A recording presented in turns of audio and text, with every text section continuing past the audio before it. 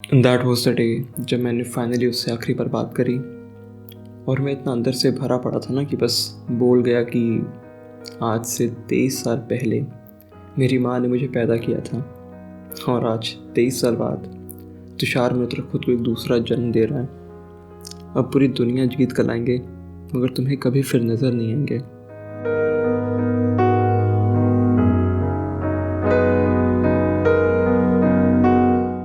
Depression के साथ सबसे बड़ी दिक्कत एक ये है ना कि ये एक ऐसी बीमारी है जिसकी ज़्यादा कभी इज्जत नहीं करी गई।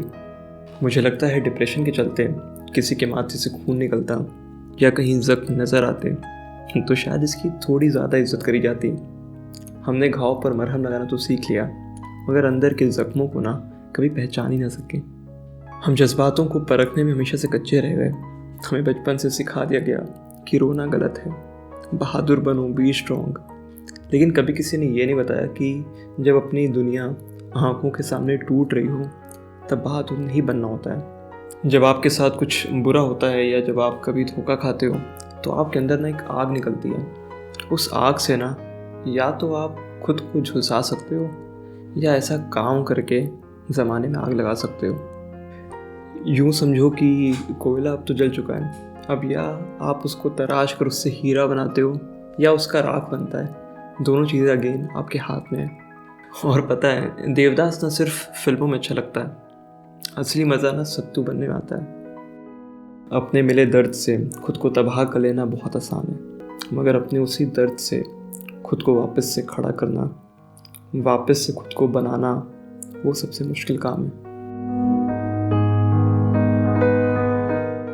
तो मेरी भी कहानी कुछ ऐसी ही थी। एक लड़की थी, एक अच्छा खासा रिलेशनशिप था, एक झूठा दिलासा था कि फॉरएवर हमेशा तक रहता है। मगर सच कहूँ तो फॉरएवर ना बहुत छोटा होता है, फॉरएवर कभी भी ख़त्म हो जाता है। बट होता है ना कि शुरुआत में हर चीज़ परफेक्ट होती है, आप अपनी अलग दुनिया मान के चलते हुए। मगर लोग ना मौसमों की तरह होते हैं, वक्त आने पर बदल जाते हैं। मैंने कभी लिखा था कि मिलते वक्त वाला इंसान और बिछड़ते वक्त वाला इंसान दोनों बहुत अलग होते हैं। खैर, जैसे जैसे वक्त बीता मुझे धीरे धीरे पता लगा that she was cheating on me.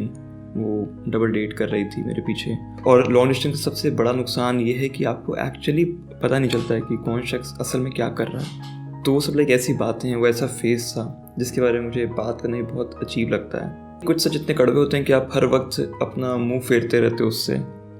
मैंने बहुत बार कोशिश करी ख़त्म करने की, मगर होता नहीं कि वो शख्स जैसे तैसे करके आपको बस रोक लेता है। मगर मुझे भी फिर धीरे धीरे समझ में आता गया कि कुछ लोग ना असल में कभी बदलते नहीं हैं, वो बस ना उन्हीं गलतियों को और सलीके से दोहराने लगते हैं। अब मुझे लगता है कि आपका दिल ना बेहद कीमती चीज़ है, उसको ना मैले हाथों से संभाल कर रखो। मगर आप कितने भी समझदार हो जाओ, जब आप प्यार में होते हो ना तब आप अंधे से ज़्यादा ना बेवकूफ़ हो जाते हो। लाइक आपको अपने बारे में अच्छा बुरा सब पता होते हुए भी आप वही चीज़ें दोहराते रहोगे। वो होता है ना कि आपको बुरा उस बात का नहीं लगता कि आपको किसी ने धोखा दिया, बल्कि उस बात का ज़्यादा बुरा लगता है कि आप वहाँ हार गए जहाँ आपने जीतने के सपने देखे थे। किसी रिश्ते की जो जड़ होती है ना वो होता है विश्वास, होता है ट्रस्ट।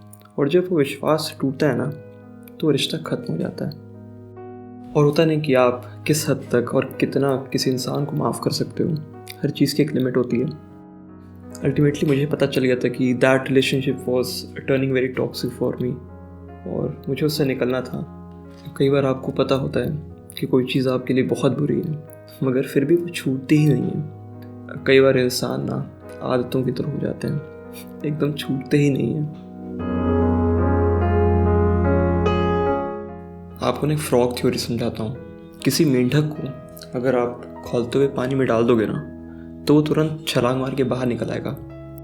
लेकिन उसी मेंढक को आप किसी सादे पानी में डालो और उसका टेम्परेचर धीरे धीरे बढ़ाते रहो तो आप देखोगे ना वो मेंढक जैसे तैसे खुद को एडजस्ट करता रहेगा। और जब वो पानी उबल भी जाएगा ना तब पर भी वो खुद को एडजस्ट ही करता रहेगा और आखिर में उस खौलते हुए पानी में दम तोड़ देगा। इससे कुछ समझ आया आपको? कुछ रिश्ते उसी सादे पानी की तरह होते हैं। शुरुआत में तो बहुत सही लगता है, कुछ दिक्कत नहीं होती है, मगर धीरे धीरे उसमें टॉक्सिसिटी बढ़ती रहती है और आप जैसे तैसे खुद को एडजस्ट करते रहते हो। अनटिल अ पॉइंट जब आपको ये रियलाइज़ होता है कि अब पानी कुछ ज़्यादा ही खौल चुका है और अब आपको उसमें से छलांग मार के बाहर निकलना ही पड़ेगा। ठीक उसी तरीके से मुझे भी समझ में आ गया था कि ये रिश्ता अब बहुत टॉक्सिक हो चुका है। वो होता है ना कि आप छलांग मारने के लिए बस एक वजह की तलाश में रहते हो, और शायद मुझे वो वजह मिल गई थी। Until the final moment when I finally broke up with her. जो सबसे ख़राब बात थी वो ये थी कि it happened on my birthday on 29th of July 2019. Like ऐसा हुआ है कभी आपके साथ कि आप अपनी बर्थडे के दिन रोए हो बहुत ज़्यादा? It was that day when I finally got a legit proof that yes, she was cheating on me. That moment was very devastating for me. होता है ना, कुछ सच ऐसे होते हैं जो आप कभी देखना नहीं चाहते हो, मगर ज़िंदगी आपको लाकर उन्हीं सच के सामने खड़ा कर देती है और आप देखने पर मजबूर हो जाते हो। मतलब मुझे रियलाइज़ हुआ कि वो एक दिन जो मेरा सबसे स्पेशल हुआ करता था वो अब हमेशा के लिए ख़राब हो चुका है। दैट वॉज द डे जब मैंने फाइनली उससे आखिरी बार बात करी, और मैं इतना अंदर से भरा पड़ा था ना कि बस बोल गया कि आज से 23 साल पहले मेरी माँ ने मुझे पैदा किया था, और आज 23 साल बाद तुषार मित्र खुद को एक दूसरा जन्म दे रहा है। अब पूरी दुनिया गीत गलाएंगे मगर तुम्हें कभी फिर नज़र नहीं आएंगे। और वो होता है ना कि आप बस भौकाल में बोल जाते हो, तो बस बोल गया। अब बोल गए तो बोल गए। उससे मैं रियलाइज़ ही हुआ था कि एक्चुअली में मूव ऑन करना कितना कठिन होता है, आपकी हालत ख़राब हो जाती है। That phase was very intense, very dark for me. मुझे आज भी याद है कि मैंने लोगों से बात करना छोड़ दिया था। किसी चीज़ में आपका मन नहीं लगता है। होता है ना कि आप जिस चीज़ को भूलते हुए सारी रात सो रहे हो, सुबह उठते वही चीज़ सबसे पहले आकर हमला करती है। वो किसी शायर ने कहा है ना कि सारा दिन लगा देता हूँ खुद को संभालने में, तेरी यादों की एक हवा चलती है और सब बिखर जाता है। आई स्टिल रिमेंबर, मैं हर जगह से कट ऑफ हो गया था। मैं उस समय 2 अल्फाज से भी हट गया था। मैं काइंड ऑफ एक कंप्लीट डिजिटल डिटॉक्स पे चला गया, क्योंकि सोशल मीडिया ना आपकी मेंटल हेल्थ को बहुत ज़्यादा इफेक्ट करता है। और होता है ना कि लोग इतनी आसानी से कह देते हैं कि मूव ऑन कर जाओ। मैं कहता हूँ कि हाँ भाई, बस एक यही बात तो मुझे पता नहीं थी। पता है क्या, दिमाग में कोई स्विच नहीं होता कि आपने बस ऑफ किया और आप मूव ऑन कर जाओगे। कई बार दुख ना सलाह नहीं, सहारा मांगता है। फिर भी मैं हर वो कोशिश कर रहा था कि मैं बस मूव ऑन कर जाऊँ। फिर मैंने बहुत सारे ब्लॉग्स पढ़ा, आर्टिकल्स पढ़ा, बहुत सारे यूट्यूब वीडियोज़ देखे about how to move on. तो हर जगह लगभग लोगों ने सेम ही बात करी थी कि गिव टाइम सम टाइम, वक्त को वक्त दो। लेकिन किसी ने ये नहीं बताया कि उस वक्त को गुजारना कैसे। वो वक्त ही तो नहीं गुजरता है ना। फिर कुछ और लोगों ने कहा कि टॉक टू पीपल, लोगों से बातें करो, मिक्स अप विद पीपल। मुझे उनसे कहना था कि डिप्रेशन में रहने वाला इंसान ना एकदम कछुए की तरह हो जाता है। वो अपने उस शेल से ना बाहर आना नहीं चाहता। He is afraid of getting judged, getting ridiculed, getting laughed eight. पता है क्या, अपने दर्द का मजाक उड़ते हुए देखना ना सबसे बुरा होता है। मुझे कहीं ना कहीं अंदर से एक डर रहता था कि कहीं लोग मेरी कहानी का लेकर मजाक न बनाएं। लाइक मैं दूसरों को बताने में इसलिए भी झिझकता था ना कि मुझे डर रहता था कि मैं कहीं किसी पर बोझ तो नहीं बन रहा। और ऐसा नहीं कि मैंने लोगों से बातें नहीं करी, मगर मोस्ट ऑफ द टाइम्स क्या होता था ना कि जब आप अपने दुख लेकर किसी और के पास जाते हो ना, तो वो सामने वाला अपने ही दुख आपको गिराने लगता है। और मुझे ऐसा लगता है कि लोग दुख में बिना कंपटीशन लगा लेते हैं। पीपल वुड बी लाइक कि बस तुम्हारे साथ तो यही हुआ ना, मेरे साथ तो पता है, मेरे साथ तो ये हुआ। पता है क्या, सबका दुख ना अलग होता है। सबका दुख उस इंसान के लिए सबसे बड़ा होता है। अगर हम किसी के दुख को हल्का नहीं कर सकते तो कम से कम हमें उसका मजाक तो नहीं बनाना चाहिए। जो जंग हमने लड़ी ही नहीं, कोई हक नहीं हमें उसका मजाक उड़ाने का। सब ने जवाब देना सीख लिया है मगर किसी ने सुनना नहीं सीखा। मगर पता है क्या, शायद लोगों की भी कहीं ना कहीं गलती नहीं, क्योंकि everyone is occupied with their own struggles. हर इंसान अपनी अलग अलग तकलीफ़ों से गुजर रहा है।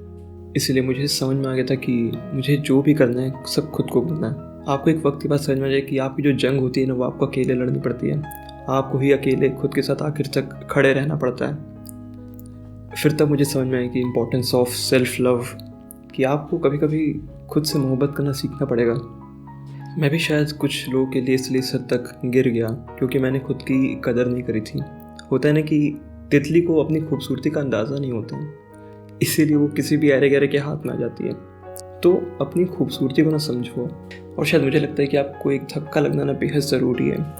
जब तक आप एक बार मुंह के बल ज़मीन पर गिरोगे नहीं ना, आप आसमान की तरफ देखोगे नहीं। खैर, मैंने सुना था कि books have a solution to everything, books have an answer to each of your problem, you just have to pick the right book.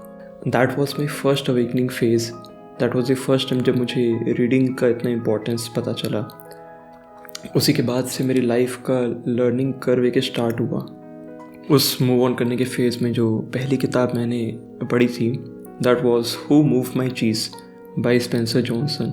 और वो मूविंग ऑन के ऊपर इतनी छोटी सी, इतनी प्यारी सी किताब है ना कि आप एक बार पढ़ोगे ना आपको समझ में आएगा। उसमें एक छोटी सी कहानी है, उसके ज़रिए उसने इम्पोर्टेंस ऑफ मूविंग ऑन के बारे में बताया। उसका एक कोट जो मुझे बहुत हिट किया था, जो मेरे साथ रह गया था कि What would you do if you weren't afraid? मतलब अगर तुम्हें डर ना लगे तो क्या करना चाहोगे। मैंने फिर और भी बहुत सारी किताबें पढ़ी। वो होता है ना कि जब आप रिलेशनशिप से हटते हो तो आपको समझ में आता है कि कितना ज़्यादा टाइम बच जाता है, आपका कितना वक्त बचा रहता है। तो मैंने उस टाइम का यूटिलाइज़ किया by replacing it with reading. उसी टाइम मैंने मेडिटेशन, अफर्मेशंस वगैरह स्टार्ट किया, और तब जाके तो मेरी मेंटल हेल्थ थोड़ी सी काबू में आई। और तभी उसी वक्त मैंने जोश में आकर गीता पढ़ना चालू किया। इवेंचुअली मैं उसे कंप्लीट नहीं कर पाया, बिकॉज आई बिलीव कि मैं कुछ हद तक हील हो चुका था। फिर उसके बाद शुरू हुआ मेरा second awakening phase on 26 August 2020 when I finally left my job to pursue my passion of writing. आप में से काफ़ी लोग जानते होंगे that I am a BTech graduate from NIT Raipur, और पिछले 1 साल से I was working in a big MNC in Mumbai. और उस 1 साल में शायद मुझे रियलाइज़ हुआ कि मैं शायद वहाँ के लिए नहीं बना हूँ। मैंने अपनी ज़िंदगी के 8 साल दिए थे ऐसा करियर बनाने में, ऐसी नौकरी पाने में जिसके लोग सपने देखते हैं, मगर विद टाइम मुझे समझ में आया कि शायद मेरे सपने बहुत अलग हैं। वो होता है ना कि आप 2 नाव पर पैर रखकर हमेशा नहीं चल सकते हो। मैंने हद से ज़्यादा कोशिश करी दोनों को साथ में लेकर चलने की, मगर नहीं हो सका। मुझे लगता है कि सपने आज़ाद होने चाहिए, और आपके सपनों में इतने पंख तो होने चाहिए कि ऊंचाई पर उड़ने का खौफ ख़त्म हो जाए। अब कम से कम मरूंगा तो ये गुमान रहेगा कि जो पसंद था वो किया। बर्बाद होंगे भी तो अपनी मर्ज़ी से होंगे ना। मुझे समझ आ गया कि शायद मेरे लिए लिखना बहुत ज़रूरी है। मैं इस एक चीज़ के बिना रह नहीं सकता हूँ, और शायद इसी एक चीज़ को पैशन कहते होंगे। आपको पता है बिल गेट्स हर साल एक थॉट वीक लेते हैं, जहाँ पे वो अपने को आइसोलेट करके एक जगह पर खाली किताबें पढ़ते हैं। और मैंने काफ़ी टाइम से ना टू रीड लिस्ट तैयार करके रखी हुई थी, जो किताबें मुझे पढ़नी थी काफ़ी टाइम से। उन सभी को मैंने इस हाइबरनेशन फेज़ में अकेले में खुद से रहकर सब चीज़ों को पढ़ा। वो होता है ना कि बरगद को अगर बड़ा बनना है तो उसे अपनी जड़ें मजबूत करनी पड़ती हैं। तो शायद इस वक्त मैं अपनी उन्हीं जड़ों पर काम कर रहा था। इस बार किसी दूसरे शख्स से नहीं, बल्कि इस बार खुद से लड़ाई थी। होता है ना कि लोग चले जाते हैं, अपने पीछे परछाई छोड़ जाते हैं। लोग जाते हैं ना तो बड़ा नुकसान कर जाते हैं। मेरे अंदर एक सवाल रह गया था कि मेरे साथ ऐसा क्यों हुआ, मतलब कहाँ कमी रह गई थी। कुछ सवाल थे जो अभी तक जिनके जवाब मुझे मिल नहीं पा रहे थे, और जो होता है ना कि वक्त से रह कर उठते रहते थे। तो मैंने इस फेज़ को ना पूरा उन सवालों के जवाबों को ढूंढने में लगाया। मुझे जानना था कि मैं असली में क्या चाहता हूँ अपनी ज़िंदगी से। और जब इन तमाम सवालों से मैं जूझ रहा था ना, तो मैंने इस बार तीसरी बार फाइनली गीता उठाई। और इस बार मैंने गीता उसे ख़त्म करने के उद्देश्य से नहीं उठाई थी। मेरा बस सिंपल सा ये था कि मेरे मन में कुछ सवाल रह गए थे, और हर कोई कहता था कि गीता में आपको हर सवाल के जवाब मिल जाएंगे। तो मुझे एक बार वो एक्सपीरियंस करना था, मुझे वो समझना था। गीता से जो मुझे चीज़ समझ में आई कि वो सिर्फ अपना काम करते रहो। अब मैं बहुत ज़्यादा नहीं सोचता हूँ कि क्या होगा। अब मैं बस अपना कर्म करता रहता हूँ और बस उसको महादेव पे छोड़ देता हूँ, मतलब कृष्ण पर। तो आप बिलीव नहीं करोगे, मैंने उस पूरे 4-5 महीने के फेज़ में, इस पूरे 2020 के एंड होते होते मैंने करीब 100 से भी ऊपर मैंने किताबें पढ़ी। अगर आप एक रीडर नहीं हो तो आप समझोगे कि सच में एक किताब उठा के उसको पूरा कंप्लीट करना वो लिटरली बहुत कठिन काम था। It was like a dream come true for me to read such amount of books. अगर आप भी किताबें पढ़ना चाहते हो, if you also want to become a reader, मगर you don't know where to start, तो मैं 3 एडवाइसेस देना चाहूँगा। पहली है कि choose a genre you love. अपना जॉनर डिसाइड करो, जो जॉनर आपको इंटरेस्ट करता है उसको चूज़ करो। सेकंड ये कि जब आपने जॉनर डिसाइड कर लिया, उसके बाद go with the easy to read ones, या वो बुक्स जो आपकी अंडरस्टैंडिंग के हिसाब से सूट करती हो। और जो थर्ड एडवाइस मैं देना चाहूँगा वो ये कि read multiple books at a time. ये मैं पर्सनली फॉलो करता हूँ। इट्स लाइक कि I love switching between genres, और इससे क्या होता है ना कि मैं मोर नंबर ऑफ वैरायटी को एक साथ टेस्ट कर पाता हूँ।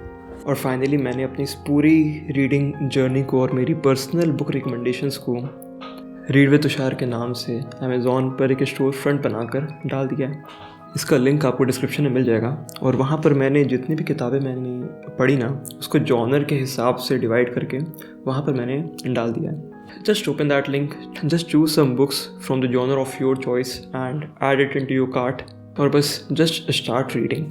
और जो सबसे ख़ास बात वो ये है ना कि अगर आप वहाँ से कोई बुक ऑर्डर करते हो, so I'll be getting a small part from its sales, which will help me in supporting me as an artist.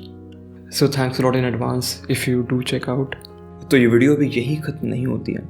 अभी इसमें जो सबसे मेन बात थी कि वो सारी लर्निंग्स कौन कौन सी थी जो मैंने सीखी, वो तरीके जो मैंने एक्चुअली में फ़ॉलो किए मूव ऑन करने में। देखो, चीज़ें अपना वक्त ज़रूर लेती हैं, लेकिन मेरा ऐसा मानना है ना कि आप उस वक्त को ना थोड़ा तेज़ कर सकते हो। अपने हीलिंग के प्रोसेस को ना अगर आप एक सही तरीके से, अगर एक सही डायरेक्शन दो ना, तो आप उसको थोड़ा तेज़ कर सकते हो और थोड़ा सा बेटर एक्सेप्टेबल बना सकते हो। तो मैंने उन सभी लर्निंग्स को 10 लेसन्स के फॉर्म में कन्वर्ट करके पूरा लिखा है, और वो वीडियो मैंने साथ ही में शूट किया था, मगर जब मैं फाइनली एडिटिंग के पार्ट पे आया तो देखा कि बहुत लंबा हो रहा था। सो आई थॉट कि ये बेटर रहेगा अगर मैं उसको 2 पार्ट में डिवाइड कर दूँ। तो उसमें मैंने एक्चुअल इम्प्लीमेंटेबल और प्रैक्टिकल वेज बताए हैं जो मैंने अपनी हीलिंग के प्रोसेस में यूज़ किया, जो मैंने खुद को मूव ऑन करने में इस्तेमाल किया। So it would be really very helpful for you. उसी मैंने शेयर किया कि मैं कैसे अपनी इस रुद्राक्ष की माला को यूज़ करता हूँ अपनी हीलिंग के लिए, और लाइक वो सब ऐसे लेसन से जो शायद आपको और कहीं सुनने को ना मिले। तो अगर आप भी उन चीज़ों से जूझ रहे हो तो उस वाले वीडियो को मिस मत करना। और जैसे आप सभी जानते होंगे कि मैंने ये नई यूट्यूब की जर्नी शुरू करी है, सो प्लीज़ डू सब्सक्राइब। जब नया वीडियो मैं डालूँगा आपको ऑटोमेटिकली पता चल जाएगा। तो मेरी पूरी कहानी से, या जो मैंने सारी बातें आपको बताई, उससे कोई बात जो आपके साथ रह गई हो अगर, तो मुझे बताना ज़रूर नीचे कमेंट करके, जैसे भी। और अगर आपने अभी तक मुझे इंस्टाग्राम पर फॉलो नहीं किया तो वहाँ भी फॉलो कर लेना याद से, @2alfaz। और अगर आपको मेरा काम पसंद आया हो या अगर बातें अच्छी लगी हो तो ज़रूर से लाइक कर देना, और please do subscribe to this channel. Thanks a lot.